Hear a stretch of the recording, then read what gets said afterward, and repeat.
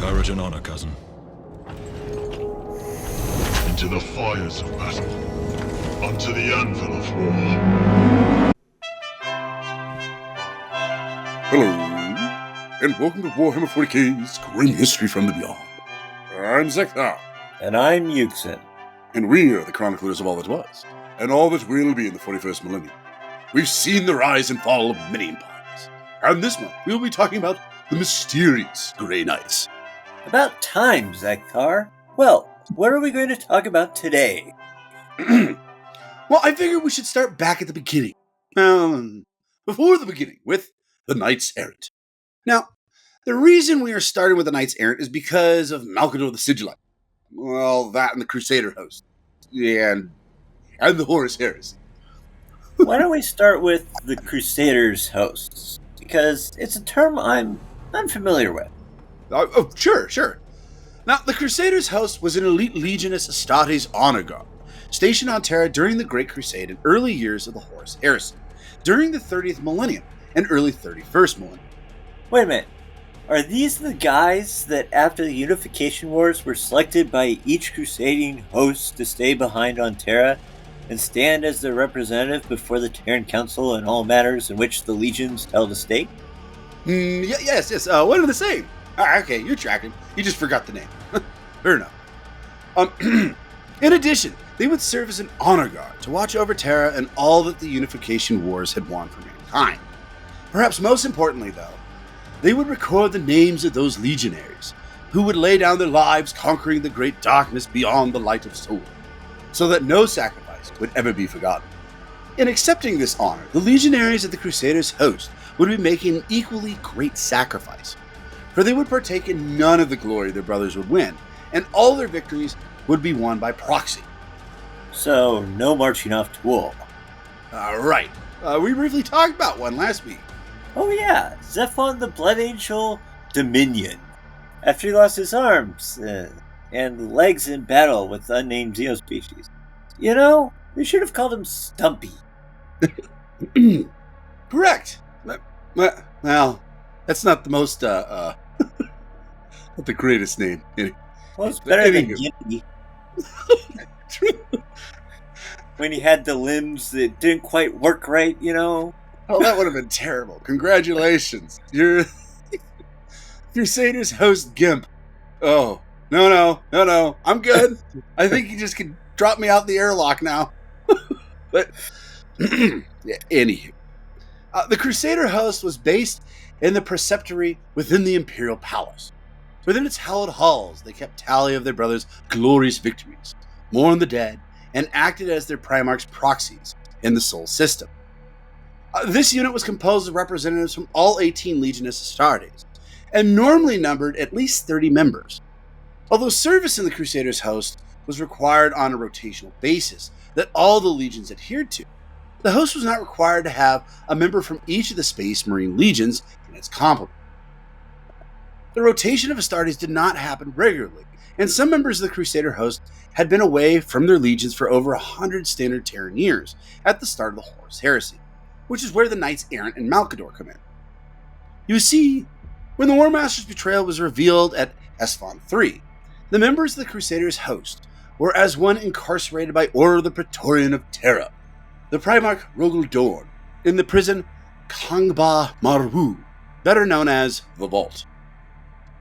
If one such as Horus could turn, then who among the host could be trusted? Under the orders of Constantin Valdor, the Captain General of the Legio Custodes, a hunt team of Custodes warriors was assembled to bring all the members of the Crusader host to justice, by force if necessary. At length, Dorn was satisfied that those of the host drawn from his own legion were sound in their loyalties, and he ordered them free. Of the remainder, he really didn't care about, so each is a tale in its own right. A little bit of favoritism here, huh? Just a tiny bit. My boys wouldn't do it. But them! Some escaped, their fates unknown. Others were hunted down and killed. But a few of them Malcador had use for, and became part of the Knights Errant. One of its number, a former Luna Wolves Astartes by the name of Severin, helped the Sigillite to identify potential knights errants from both loyalists and traitor legions alike. The Sigillite's intent was to gather each of those named by Severin and muster them into a cadre of Astartes warriors directly under his control, a band he would dub the Knights Errant. It fell to the most senior of these, the Agentia Primus Nathaniel Garrow, a former battle captain of the Death Guard and witness to the events of the Estevan III atrocity, to go forth into the galaxy and recruit 20 more selected by the Sigillite and Severin to his master's cause. Nathaniel Garrow traveled the stars and collected the remainder, some of which we have talked about in our previous voxes, most notably Garviel Loken of the Sons of Horus, along with Iacton Cruz, the half-herd. Yet most of them had a familiarity about them. Let me guess. Most of them were librarians. Indeed, Yuksen, indeed. Now, there were many great tales of these men's deeds, such as the hunt for Magnus's shards, along with their failed attempt to assassinate Horus on Mullen. But unfortunately, we don't have time to go through them. But I think we'll do a bonus vox for this interesting group. But getting back to the Knights Errant... Right. Now, shortly before the Siege of Terra, the Knights Errant was deployed across the throne world, busy battling chaos cultists and demonic manifestations that erupted across Terra as Horus and the Traitor Fleet moved ever closer to the Sol system. At the White Mountain military installation of Terra, the Knights Errant fought a chaos cultist force led by the Nurglish demon known as the Lord of Flies, while the Wordbearer's dark apostle, Erebus, unwittingly mind-slaved Tylos Rubio, who had been secretly captured and released by the Wordbearers during the Battle of Kolth. Attempting to assassinate Malkador, the Loyalists succeeded in defeating the Chaos Assault upon the White Mountain, but at the cost of the life of Macer Barrett. More about him in the bonus box. Now, after the battle and his defeat of Horus's assassination attempt, Malkador brought 9 Knights Errants, most of which identified to possess psychic powers, before the Emperor himself, deep beneath the Imperial Palace. The Emperor revealed their purpose: to carry out a never-ending war against the forces of chaos and the warp in order to prevent the future destruction of humanity at the hands of chaos. The Emperor made it clear that those chosen Astartes' part in the war against Horus was done, for their true contribution to mankind was to come in a conflict that would last long after the battles of the Horus heresy had faded into myth. After their interview with the Emperor, each of the chosen Knights Errant was led through the webway portal beneath the Imperial Palace by Malkador, and with the aid of Malkador's Eldari human hybrid clone, Ael Wintor, to a grand new fortress monastery that had been prepared for them on Titan, the largest moon of Saturn. There they would begin the formation of what became the Great Knights. The chosen Knight Errants each received new names, erasing their old identities and loyalties.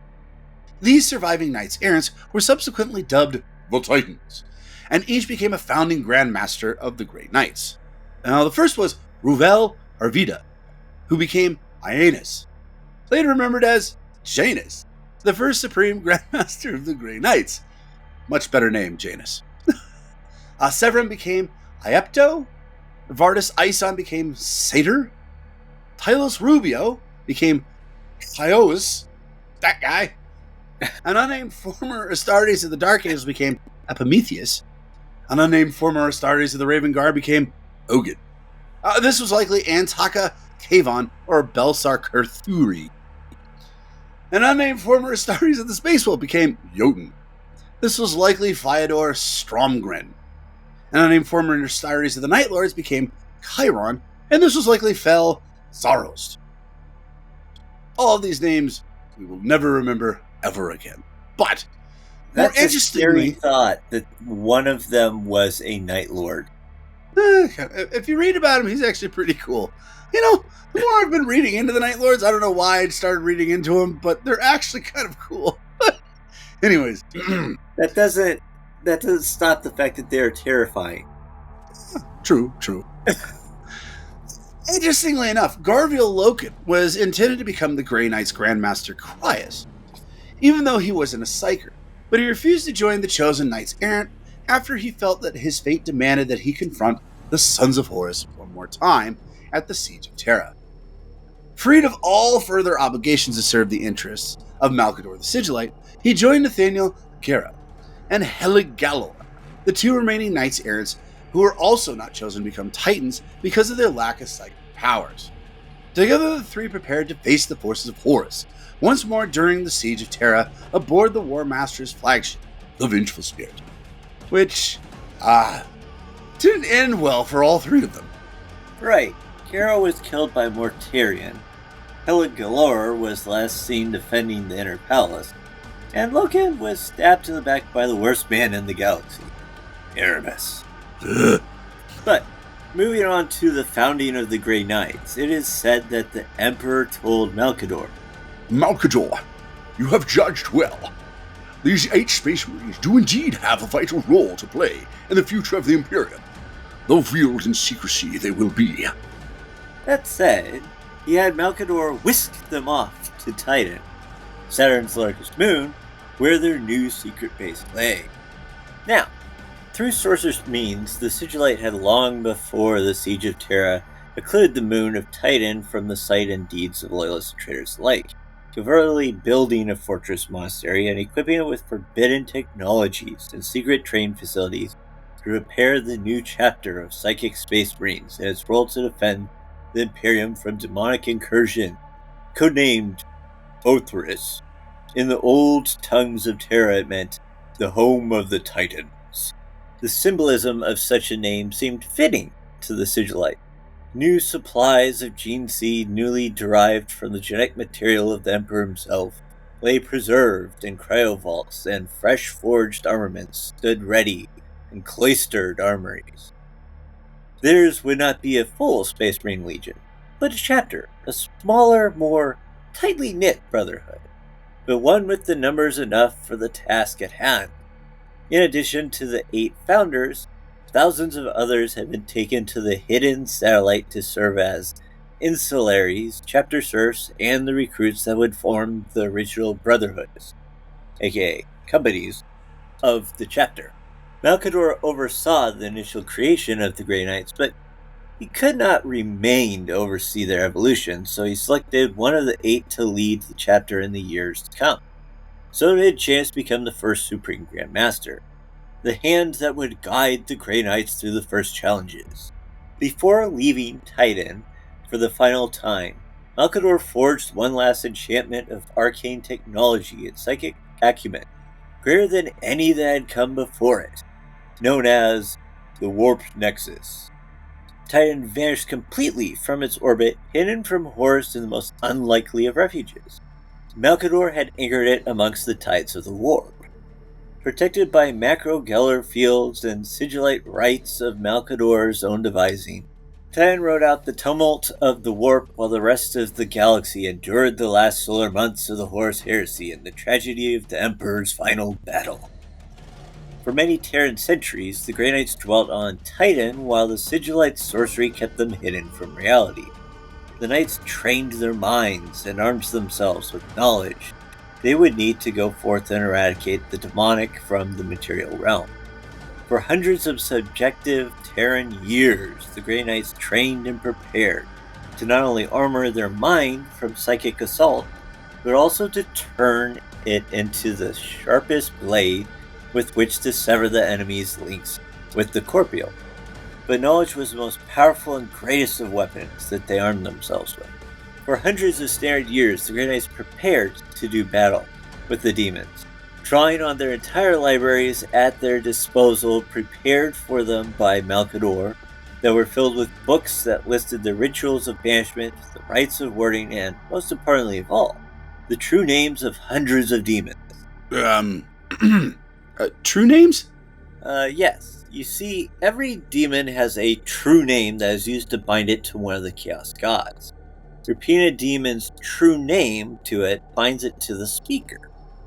The confusion of a new master significantly disorients and weakens the demon, allowing it to be destroyed or banished more easily, as demonstrated by Justicar Alaric and Imperial forces when banishing Gargatuloth on Volcanus Ultor.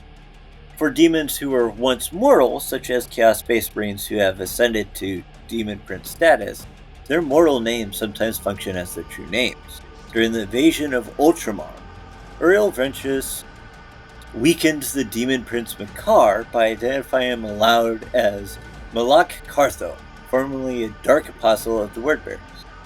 Anyways, when the Grey Knights did finally take their place back in the Imperium, less than a solar decade had passed in real time. But for the warriors of Titan, many Terran centuries had elapsed. Men who were young during their twilight years of the war against Taurus were now older than most surviving veterans of the fragmenting Space Marine legions. Those 8 who had previously worn power armor of a different color had accrued more years than even the most ancient and venerable of dreadnoughts. In Malkador's stead, the Grey Knight's first supreme Grandmaster Janus had created the formidable weapon against the warp dreamed of by the Emperor, and it now stood ready to begin its righteous task. By this time, the human lords originally gathered by the Sigillite were masters of the organization that had become the Inquisition, and had long been awaiting the return of Titan. With great care and utmost secrecy, the Inquisitor Lords add the Grey Knights to the records of the Adeptus Terra as the 666th chapter of Space Marines. Lost in the anarchy of the Second Founding, so many and varied were the names of the foundings of that time that few noticed the addition of another Space Marine chapter. The only organization to know the Grey Knight's true purpose was the Inquisition, and shortly after the return of Titan, the Lords of the Inquisition traveled to the chapter's fortress monastery, where they met with Supreme Grand Master Janus. What transpired between these great lords is recorded in the annals of the chapter. The sacred words of Janus and the Inquisitor Lords marked out in ancient ink, telling of the first secret pact between the Inquisition and the Grey Knights. In the first centuries after the creation of the Grey Knights, the chapter was called upon many times by the Inquisition. In the wake of the Horus Heresy, the Imperium still burned with war and was plagued by demonic incursions. On the twin moons of Yarm, silver-armored angels were held responsible for the destruction of the Ithacan demon Crucible. Though none of the local citizens survived, they left behind crude drawings on the walls of their refuge caves, depicting men clad in glowing silver and paling twisting shapes of burning crimson, all fangs and claws. The great star mirror of Voss records the coming of the demon hunters, though none of the ancient astronomers lived to speak of what they saw. In the inky depths of the mirror, the fate of the Vaus system can be discerned. Every event to touch its worlds reflected, reaching back thousands of Terran years. When the warp worm came to Vaus 3 to feed, a shining vessel appeared from the void. The warriors it disgorged set upon the worm and its servants, cleansing Vaus 3 in a war visible from space. During the hell reign of Corpolis, blind and deaf Adeptus Ministorum monks witnessed the Grey Knights banish the Cornate Stormlord. Huddled in the dripping cellars of their mountain sanctuary, their minds were tormented by the psychic blood rain that drowns the world. Such was the glorious presence of the demon hunters that even without eyes or ears, monks sensed their coming, seeing their deeds as fierce argent flashes in their minds. Grey Knights fought their secret war wherever the threat of the dark gods appeared, seeking out those places where the fabric of reality grew thin and hungry demons turned their gaze to the realm of Nah. This was to be the sacred duty of the Grey Knights, and their endless struggle against a foe without number or remorse.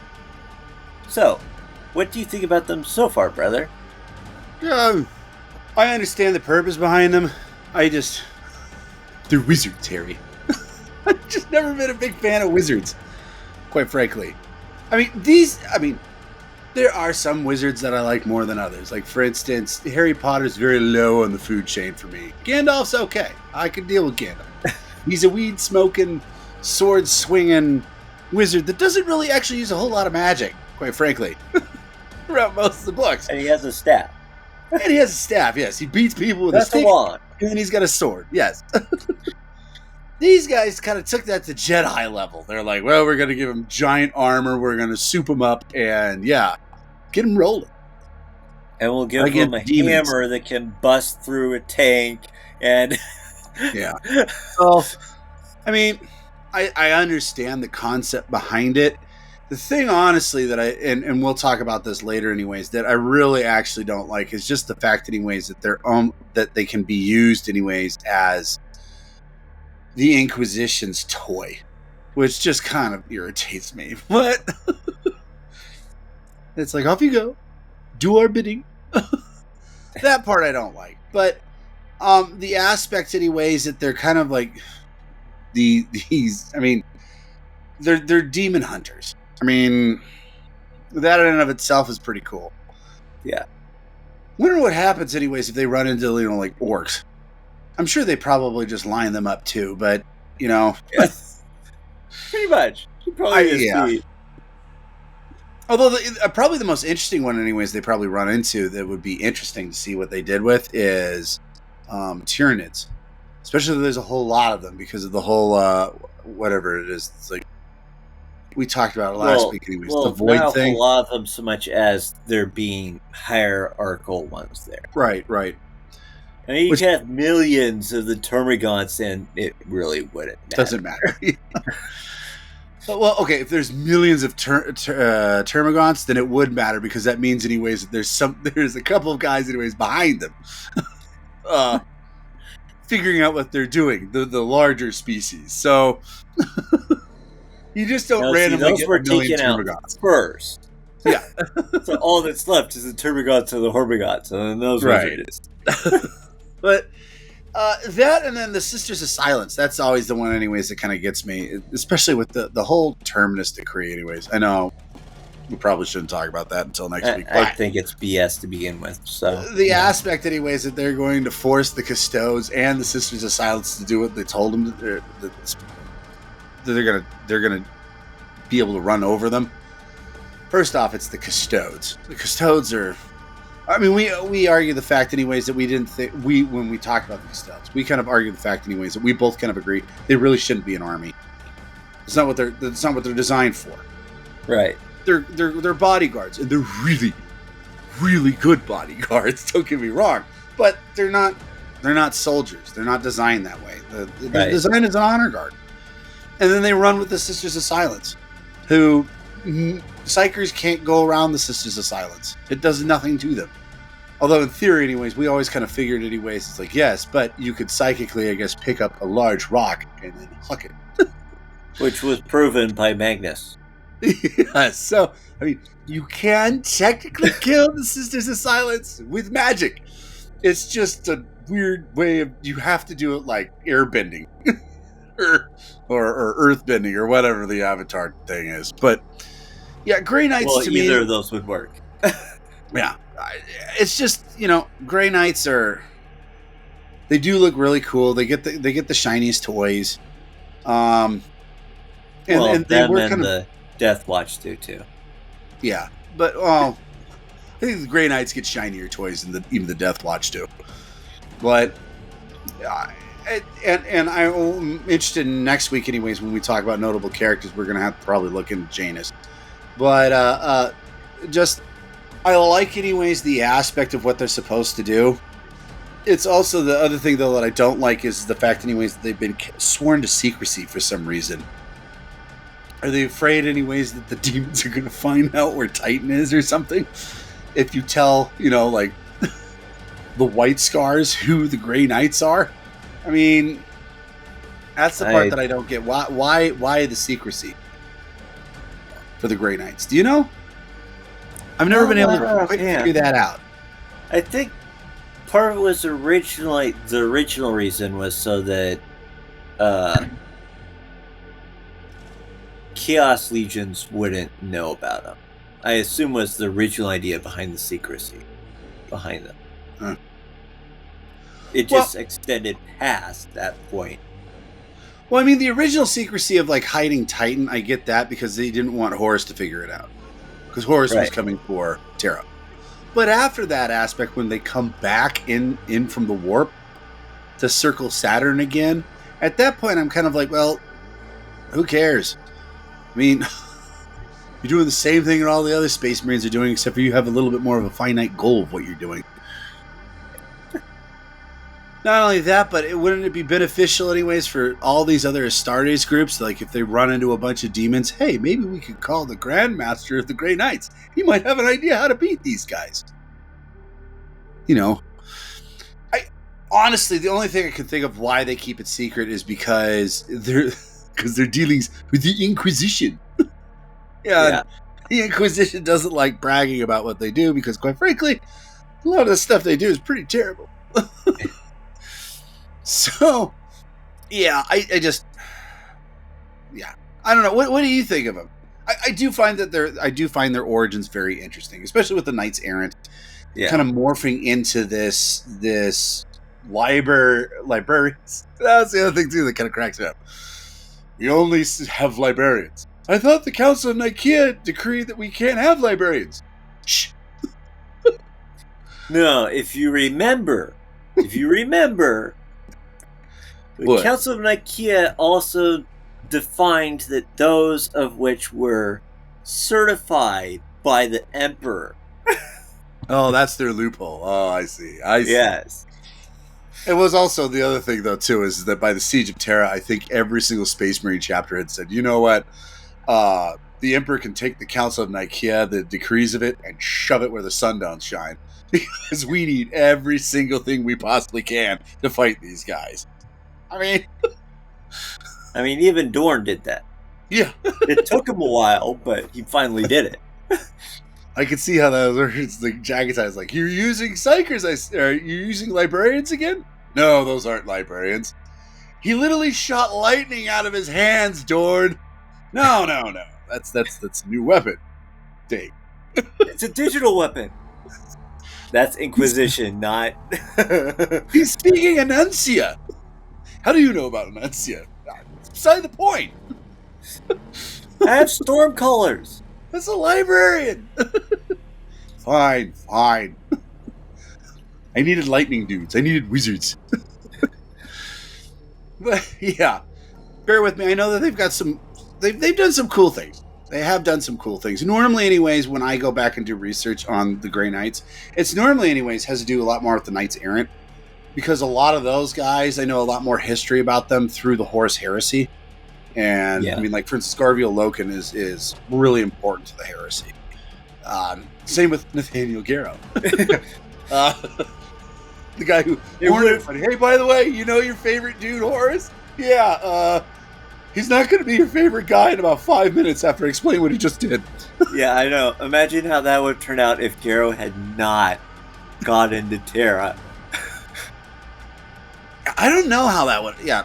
That's a story for another time. It probably would have been a loss for the Imperium, I think. But yeah, and then the other part, anyways, which we'll probably end up talking about at some point, anyways, is the Months of Shame. That's the other thing that I really know a lot about the Grey Knights. But okay, I'm sure, anyways, between about that so many times.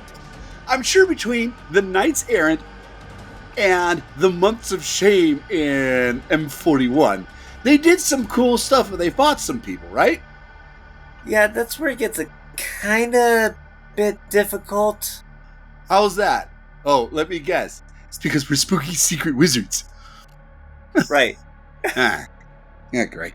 So most of the battles prior to the First War of Armageddon are basically kind of footnotes. For example, the first identified combat that they identified as Ghost Quell, which took place in 832.M33, on the desolate planet of Forlore, the Grey Knights cornered the radical inquisitor Vetrix.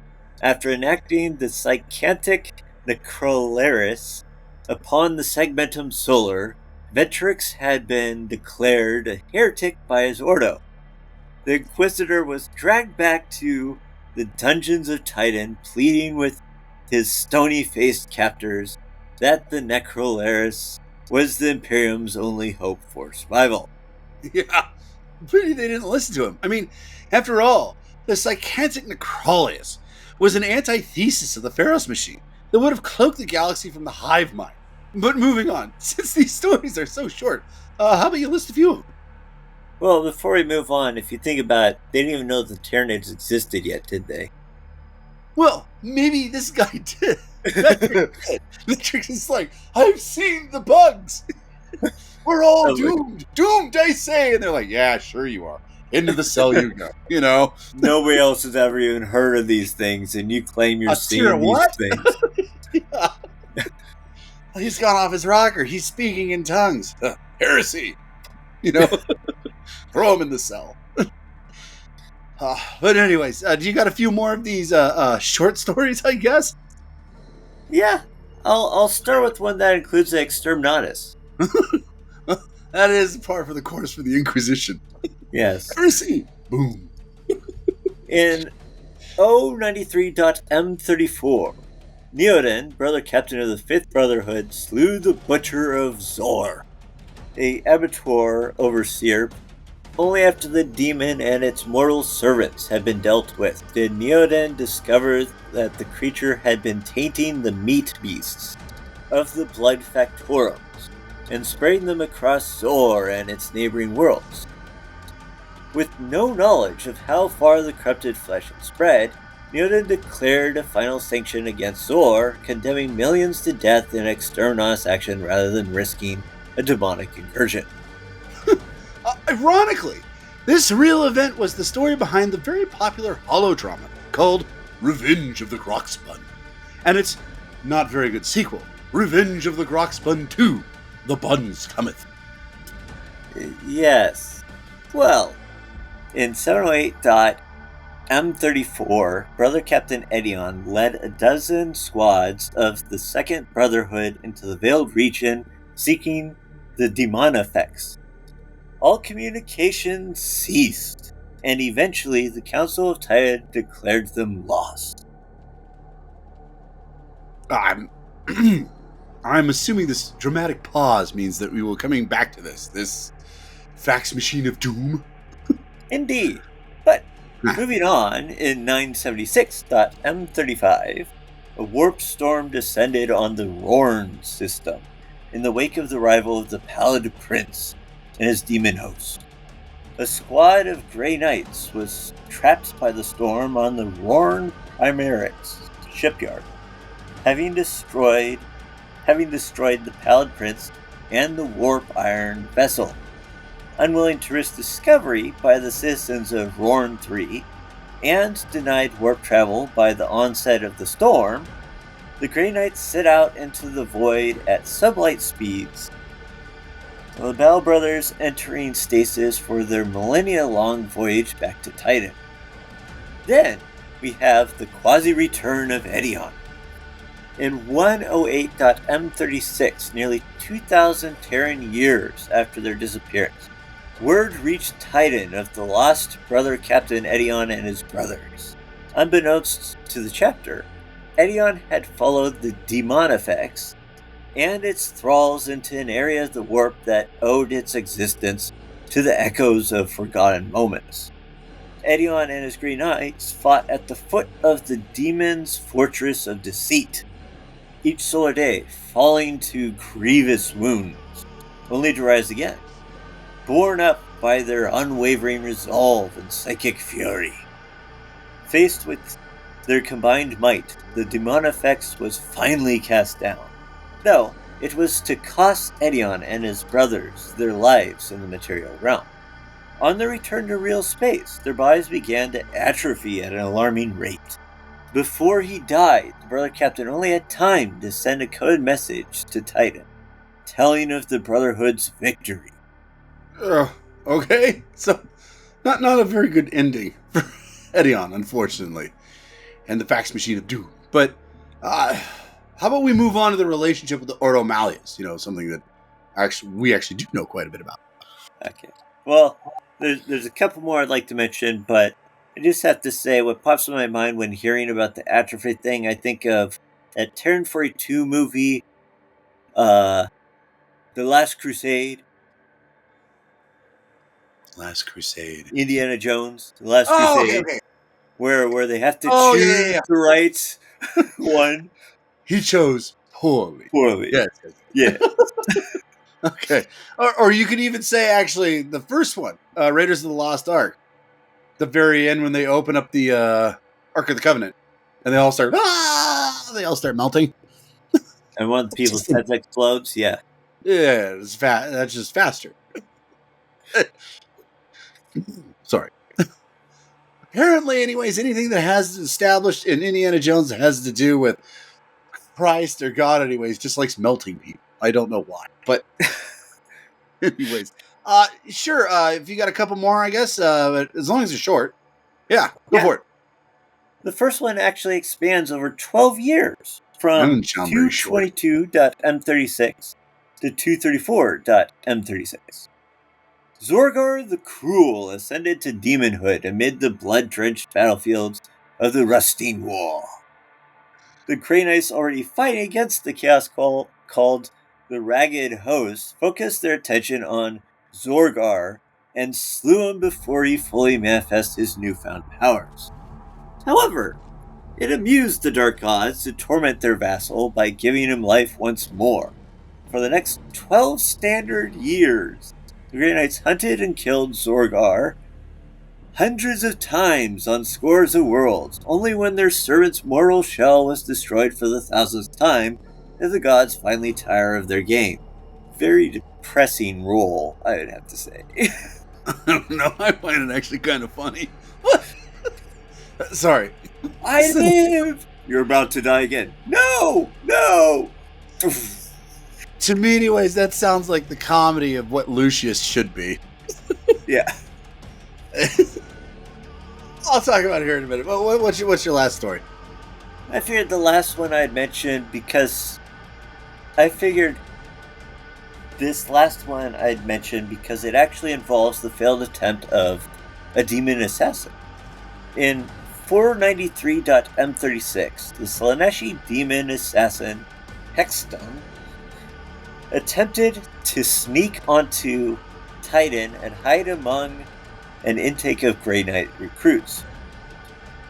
Initially successful, the demon lurked on the plains of the Xanadu region, among the bones of the dead, waiting a suitable candidate to possess and carry it back to the Citadel. However, the creature's plans unraveled when a strong-willed aspirant and future Grey Knight hunted it down and imprisoned it in the corpse of another recruit, unaware that this was not part of his trial to join the chapter. So, what are your thoughts on these Knights of Titan? I am Zorgar the Cruel! Oh. Yeah. I live! like that like one I thing. said. I live! No, you die! I live! No, you die! Boom! It just seems like they keep hunting him down. So it's just, to me anyways, it's almost like a comedy of sorts. It's just... They should just... You should just have following around him. Boom, boom, boom, boom, boom, boom, boom, boom, boom, boom, boom. Just his own theme song. Yeah, then... Like I said, this is like the comedy version of Lucius the Eternal. And quite frankly, if Lucius the Eternal was like this anyways, I find him far more entertaining. I mean, Lucius is a, pardon my French, pompous asshole. This guy just seems... He almost seems orcish that just keeps getting returned. I'm Zorgar the Cruel! Sure you are, Zorgar. Until like the last 250 times at that point, it's just, kill me now, please. I don't... Somebody stop me from being resurrected. He sounds like, you know, that the villain for all those Terran 42 TV shows, early morning Saturday cartoons. It's like, I don't get him this time, and then it's just like every time, anyways, just foiled horribly. I don't get you next time, you crazy kids. No, you won't. No, it wasn't for those meddling kids. Yes, I'd get away with it. And that stupid dog. Yeah. Yeah, I'll kill you all and your stupid dog too. You know. I'm a Catholic. Oh. I mean, I kind of imagine after they thump this guy, they turn around and one of them goes, "Gnarly, dude, let's get some pizza." You know. I just, yeah. And then this demon is also kind of, the demon assassin is almost as comical. It's just, It's like, yes, I made it on the Titan. I'm good to go, man. And this Yeah, this random brilliant idea. aspirin goes, oh, I'm supposed to hunt this thing down in prison, aren't I? Cool. it reminds me of a picture that I saw back in the day, and it was a kid who's standing on a bar stool, and he's got a fork, and he's stretching it out as far as he can anyway to this light socket that's up in the air. And it says, the caption underneath it says, something tells me you didn't think this one through. Yeah. That's kind of the way I think of this demon. This demon's like, I'll sneak into the Grey Knight's stronghold and take over one of them and possess one of them. I don't think you really thought this one through, man. I don't think it's gonna work. I will possess one of these aspirants, which we already know are pretty strong willed to begin with. Yeah, like I said, anyways, it just doesn't seem that he quite thought this one through. With the rest even of their if stuff, it did successfully happen, you would think that, going into Citadel full of Grey Knights, not one of them would go, yeah, there's a demon possessing you. It's like another video that I saw, anyways, and it's it was a bunch of, so as you know, anyways, for those of you who live on Terran 42, hippos are incredibly violent creatures, and they're quite large. Yeah. And every once in a while, anyways, while they're just kind of, like floating in the water, they just go nuts and they just start attacking each other. Well, there's this video that I saw back in the day, anyways, and it's all these hippos, and they're all going at it. I mean, you're talking about tons of flesh, teeth, and just like the water is becoming brown, and it's all muddy, and like right in the middle of it, all of a sudden, this Nile crocodile comes flying out of the water. And it's like, and then it lands in the middle of them, and then it just sinks to the ground because like 4 hippos just jump on it, and we never see it again. That's kind of what reminds me of this assassin. I can do this. Yeah, no, this is what would happen even if we did get successfully possess something and be It just vomited wouldn't into the work. Yeah. But, okay, so ironically, I And haven't talked anything Slaneshi, for about that it. matter, too. A Slaneshi assassin. Who Really knows? didn't think it through, I don't maybe think. his whole thought was just, I'm just going to introduce him to music. We have our own music, buddy. Hammers into demons' heads. Squish. Just ask Isn't there a Zorg group or the called cool. Demon Hammer? Isn't there a song called Demon Hammer? But, anyways, yeah, it seems like actually a lot of their notable campaigns, anyways, seem very shortly documented. It's almost as if like someone was just kind of like, well, we have to document this somehow. Okay, fine. Yeah. Let's write a little Until it blurb gets in to, your like- history book, and we'll call it a day. Yeah, until it gets to about the First War of Armageddon, and then that's about the point where it's like, okay, we can let more people know about this, and so we'll expand on all these other events that happen afterwards. Well, I think a lot of that has to do with Inquisition. Speaking of which, anyways, because of their job, the Grey Knights do work most often with the Inquisition Ordo Malleus. In fact, they are the militant of the Malleus. Meaning the Ordo controls them and tells them what to do? Kind of. Huh? Well, it's important to understand why the Grey Knights answer to the Inquisition. Which probably has more to do with their dynamic than simple rank. The Inquisition sniffs out true chaos threats and then sends in the Grey Knights, the only force capable of dealing with some of those threats. That, and of course, the demon-hunting arm of the Inquisition was started roughly at the same time of the Grey Knights.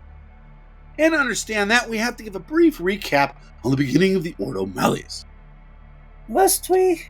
Yes, we must. Now, the famed Great Crusade Iterator, Kyril Cinderman, who I mentioned earlier, later known as Inquisitor Lastin Nemagian Viridius, survived for 1,500 Terran years until the end of the War of the Beast in the mid-32nd millennium. after being poisoned by High Lord Draken Vangerich, the Grand Master of the Officio Assassinorum, Veritas confided in fellow Inquisitor Vinan that he was the last of the 4 original Inquisitors chosen by Malcador the Sigillite to know of the founding of the Grey Knights. He revealed that it was he who ordered the Grey Knights to battle the forces of chaos during the centuries following the Horus Heresy, but knowledge of them were kept to only himself, the Grey Knights, and those of the other original Inquisitors who were now dead. The Grey Knights were too important of a force to be wasted during the War of the Beast, and the structure of the Inquisition at that time prevented them from being used properly to defeat the threat of chaos. So, before dying, Veritas imparted to Winan a code chip that allowed her access to Titan so that she could meet the Supreme Grand Master Janus. Once having navigated through the various environmental protection provided by the moon, she discussed the splitting of the Inquisition into what became the Ordo Xenos and the Ordo Malleus, with the Grey Knights serving as the newborn Ordo Malleus' chief militant, and the Ordo Xenos forming the Death Watch. Now, Winan died on Terra a standard century later after helping to ensure that Vangerich was overthrown during the event known as the Beheading, leaving it unclear whether the Inquisition's planned restructuring had been completed by that time. So, who did she tell so that the Grey Knights were not forgotten? Ironically, the last perpetual known in the galaxy. Well, other than Vulcan, of course. But by that point, if I recall right, Vulcan was poofed out of existence again. You mean Phil? Yes, actually. That's quite right, Yuksen. We lost records of Phil, the Emperor's sandwich maker, around the time of the end of the Siege of Terra. But it turns out he was sent with the 8 Titans to Titan to safeguard the sandwich maker from Horus's invasion. And so, Phil was hidden away, making his sandwiches for only the Grey Knights for some 1,500 years until the arrival of Winan. Having only heard the legend of the mighty sandwich maker, she soon was enthralled with the cook, and a hidden relationship evolved. The last time she saw him, she said she was in trouble, and handed him the code chip that Veritas gave her all those years ago, saying that if she didn't show up in the next 10 years, he should find his way to Terra and make many duplicates of the code, and then guide the masters of the Ordo Malleus back to Titan, which is what he did, and then he disappeared from Imperial records again. Right, and if I recall right, wasn't he captured by Drukhari raiders and for some time made sandwiches for their evil race in Kamarag? Quite so. But this box isn't about Phil. We gotta get back to the Grey Knights.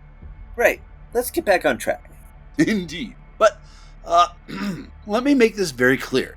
The Inquisition knows better than to be foolish around the Grey Knights, or waste their time with squabbles. Normally. Right. After all, there was the Months of Shame, which we'll not be getting into this time. Maybe. But since then, there's been some more apparent autonomy from the Ordo Malleus, or perhaps it's just become more apparent.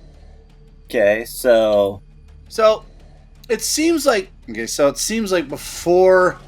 Okay, so we do have to talk a little bit about the Months of Shame here.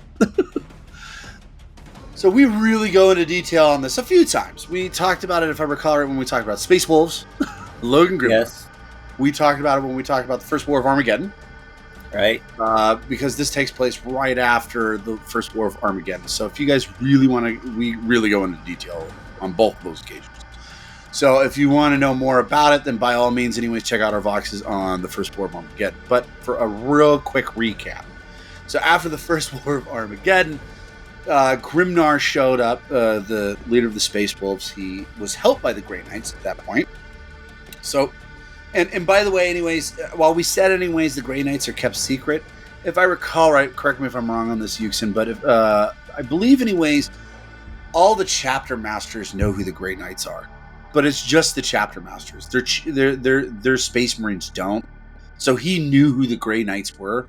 Now that might I can't remember if it's all chapter masters or if it's just the original founding, loyalist foundings. Do you remember? I'm not sure. It might, if it was all the chapter masters, I'd assume it'd be the first and second founding chapter masters, since they were kind of introduced.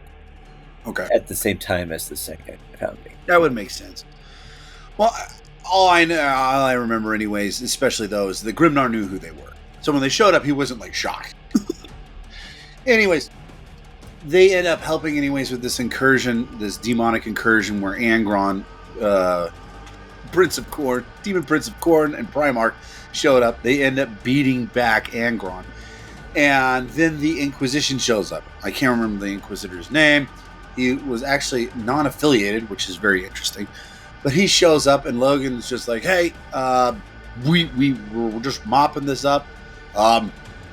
We're gonna take off right before we leave, though. Real quick, what's gonna happen to the civilians? I think, anyways, at least 5 or 6 of these guys did really well, and we should give them some medals, maybe a parade or something like that." Yeah, this Inquisitor going, "Oh well, this is kind of awkward. We were gonna kill all of them, or make them sterile, one of the two." And Grimnor's like, "Well, okay, I've got a problem with that. They fought valiantly with us. This is not a good way, anyways, to reward them by murdering everybody." And so the Inquisition being the Inquisition is like, "Well, you don't have really a choice. Go away." And Grimnar said, "Fine. I'm just going to take all these people with me and try to escape really quick." And so then what proceeds after that is called the Months of Shame, where the Inquisition and the Grey Knights try to chase down Logan Grimnar and murder all the people that he took with him. Which ends up anyways being far more destructive than the First War of Armageddon, because every place that he starts dropping off on these planets, this Inquisitor anyways goes, "Well, we can't have them telling people about chaos," so he just keeps exterminating planet after planet after planet. There's a reason why people don't like the Inquisition. Yeah. So, but during this time anyways, the Grey Knights are following and trying to help this Inquisitor along with this. And ever since this point, and eventually anyways, what ends up happening is that this Inquisitor ends up getting killed by Grimnar. At that point anyways, Yuksen's favorite character, for the Space Wolves, the old man, what's his name? Bjorn. Ulrich? Old man Bjorn. Oh. Yeah, Bjorn. He pops in anyways. He says, "Enough. Everybody stop fighting. We're done with this. We're supposed to be on the same side." And at that point anyways, we actually find out anyways that the Space Wolves are the only chapter now anyways where everybody knows who the Grey Knights are. Because they were originally going to mind wipe them, and Grimnar's like, "Yeah, that ain't happening." So the Grey Knights over there are like, "Okay, fine." Because they didn't want to start the whole thing back up again. Now, the reason why this Actually, is all Bjorn's the one who said it isn't going to happen. Was it Bjorn? Okay. Yeah, Bjorn's like, "Okay, here's what's going to happen." Well, I think Grimnar, it was along Grimnar anyways, was just kind of like, "Yeah, that's not happening." And then Bjorn, being the more diplomatic, ironically, the more diplomatic of the two, is like, "Well, okay, Grey Knights, take a step back.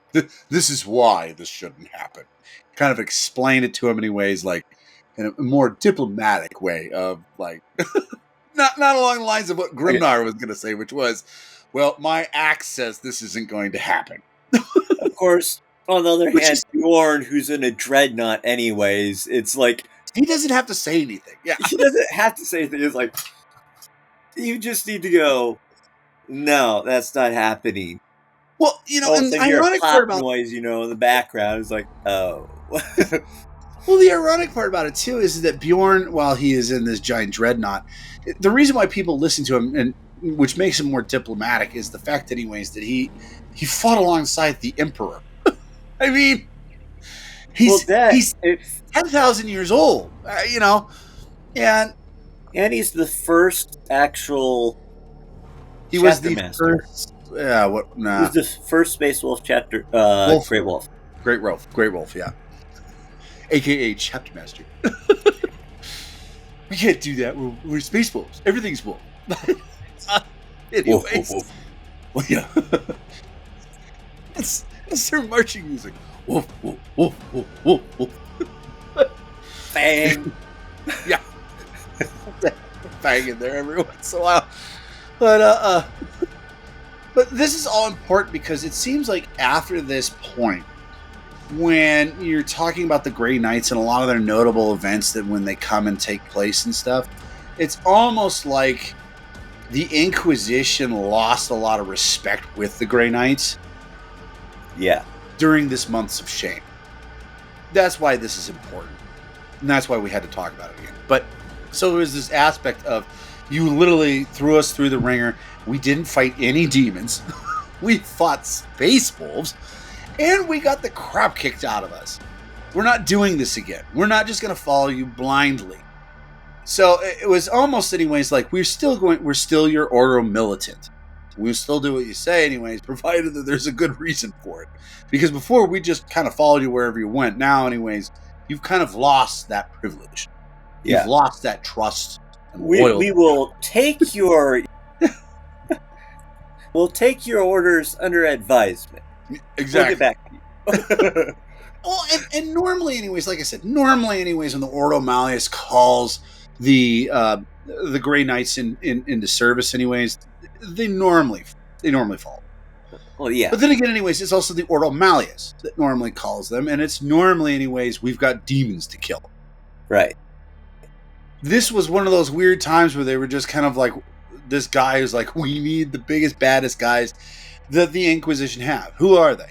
Well, the Grey Knights. So we'll use them.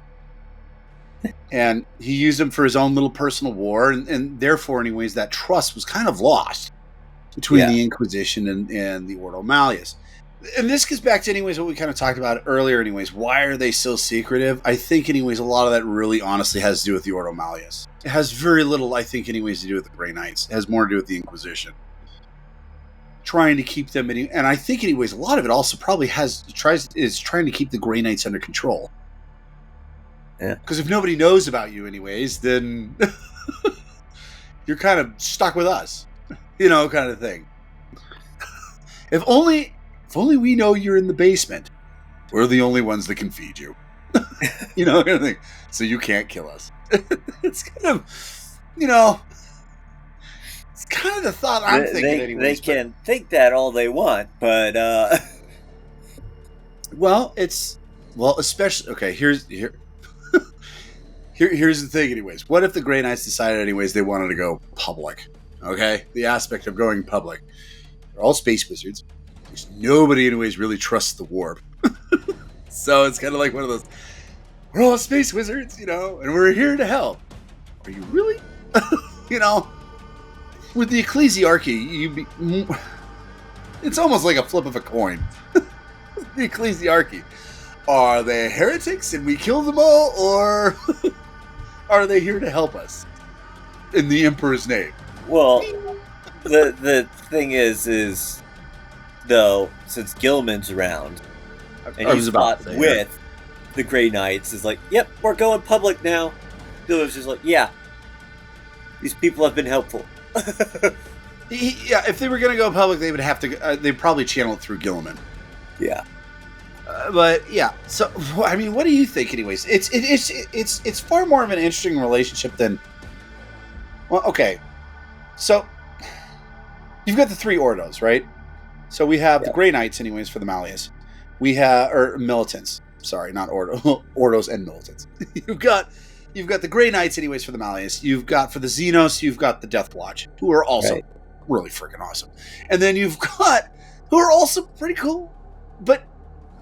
Not as cool. Not as cool, because, are the Sisters of Battle, who are the Ordo Militant of the Hereticus. So, which also gives them a downgrade right there, because they're part of the Militant of the Hereticus. Which both Yuksen and I can't stand. But here's the thing, anyways, I was going to say, is that, okay, so correct me if I'm wrong here, anyways, but probably the Death Watch have probably the most...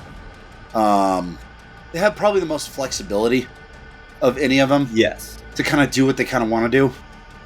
Yeah. And then followed by the Grey Knights, and then you have the Sisters of Battle, who pretty much just do whatever the Hereticus tell them to do. Right. Which is actually kind of frustrating. It's just like, use your freaking mind, girl.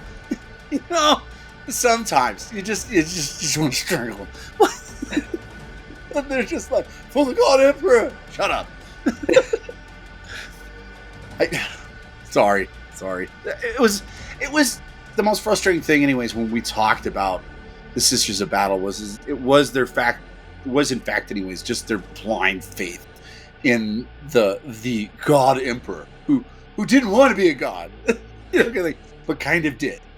It's just like Using godlike powers, but I'm not a god. yeah. Awesome cosmic powers. But that was the thing that was frustrating about them, because they are actually pretty cool. A lot of those, or the sections of the Sisters of Battle. But Yeah. Would you agree with me, anyways, that probably the guys have the most flexibility in what they want to do, anyways? It's probably the Death Watch, right? Yes. And then right in the middle now, anyways, it was very much more, anyways. It seems like to me, anyways, that the Grey Knights, anyways, were very much more like the Sisters of Battle up until probably the Months of Shame. And then they were like, what are we doing first? Before they agreed to anything. Before it was like, yes, sir, we're on it. Now it's like, why are we doing that?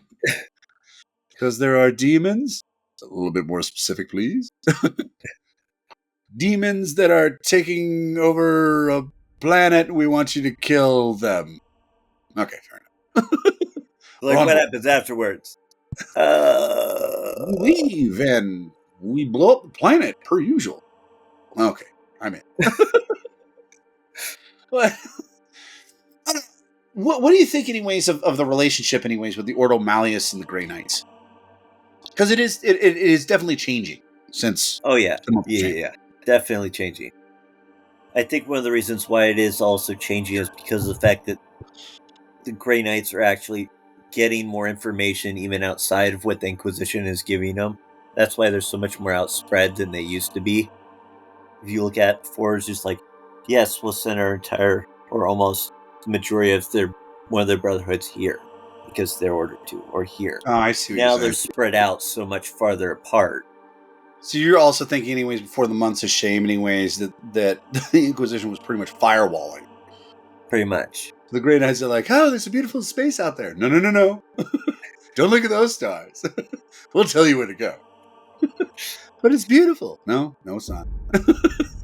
I mean, I'm sure there was some stuff that they were doing by themselves, but I think now, just especially now over this amount of time, they've just been able to spread out wide enough that they're able to also collect information from different sources and stuff outside of what the Inquisition is giving them. I mean, it sounds like from the Origins, it literally sounds like, anyways, up until like the War of the Beast, they didn't do a whole lot.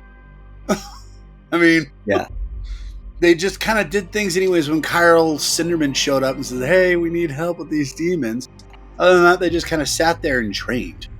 Yeah. So, yeah, okay. Before we take off, okay. So we've got a little bit more time at the back end of this, anyways. We kind of already did this once, but I find it actually fairly interesting because the Ordo Militants, anyways. Who do you think, anyways, if you had a squad of each of them, who do you think wins in a duel? Not the Sisters of Battle. You mean the unaugmented women soldiers? Yeah. Kind of agree with you. Even look at the power armor, and they are pretty cool. They're not Space Marines. They just aren't. Part of it would have to deal with what the surroundings is like. Actually, you know what? I'm going to add one more group in here, too, anyways. I'm going to say a squad of Custodes, and then another squad of Sisters of Silence. Let's throw the Sisters of Silence in there, too. Quite frankly, it's just not fair with the Sisters of Battle. It really isn't. Sorry for you fans of the Sisters of Battle. Sisters of Silence, on the other hand, anyways, I think actually you might have an argument here. At least a leg to stand on.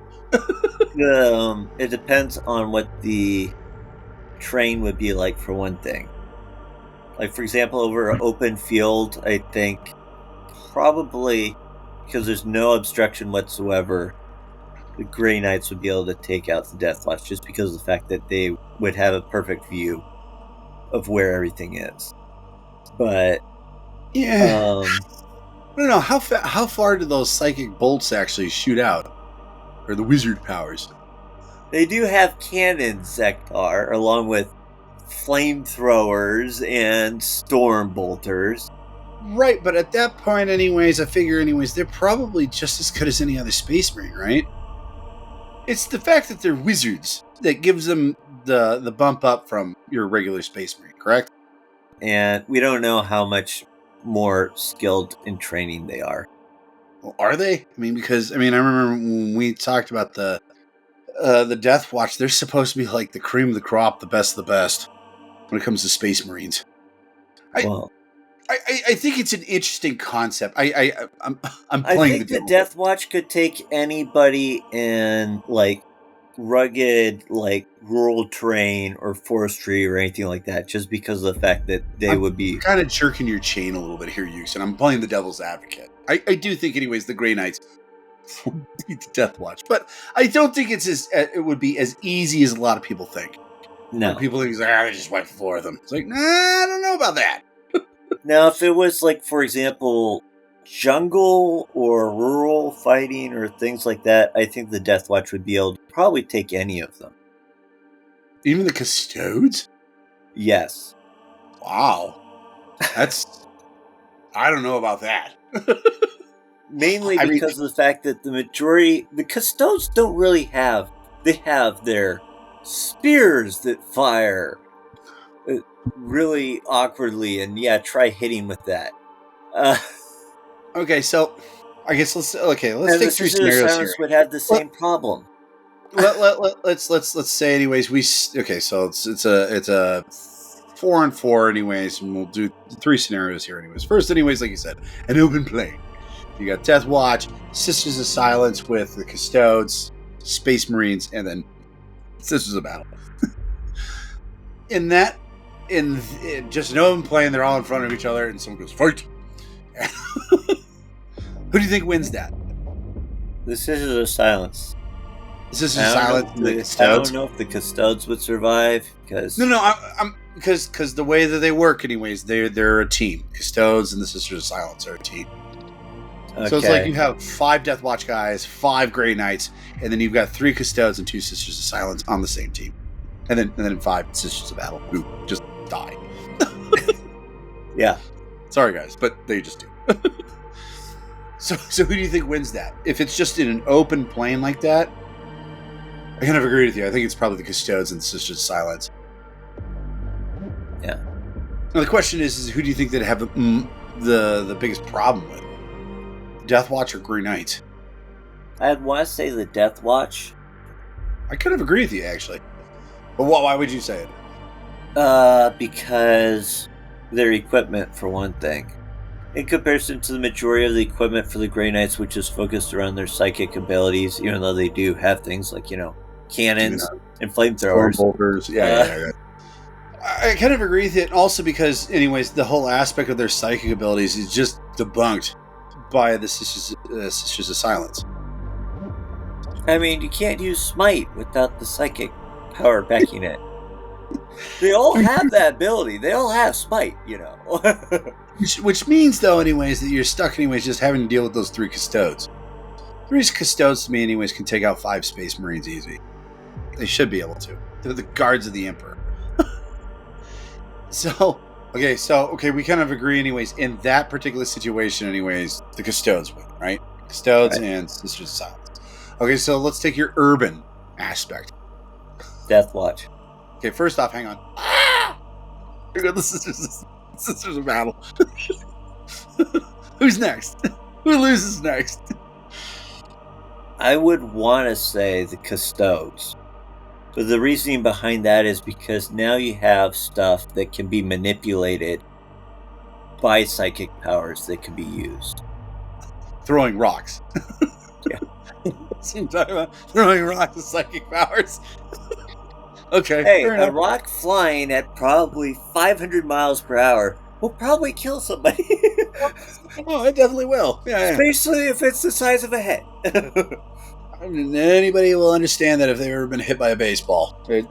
And that's only being thrown at, okay. If you're in the majors, yeah, it's like 100 miles an hour, but most of everyday people, it's probably like 50. Yeah. Still hurts. A lot. But that is not a solid rock. That's like 1% of what you could throw that anyways in psychic power. God, that'd be a terrible game. And here's the pitch. Don't kill me! The person catches it, but all of the wind just breaks everything behind him. Is like, man. catches would just be literally, anyways. It'd be criminals that were just set up for execution. You get the occasional legendary catcher, anyways, who got 2 balls instead of just 1.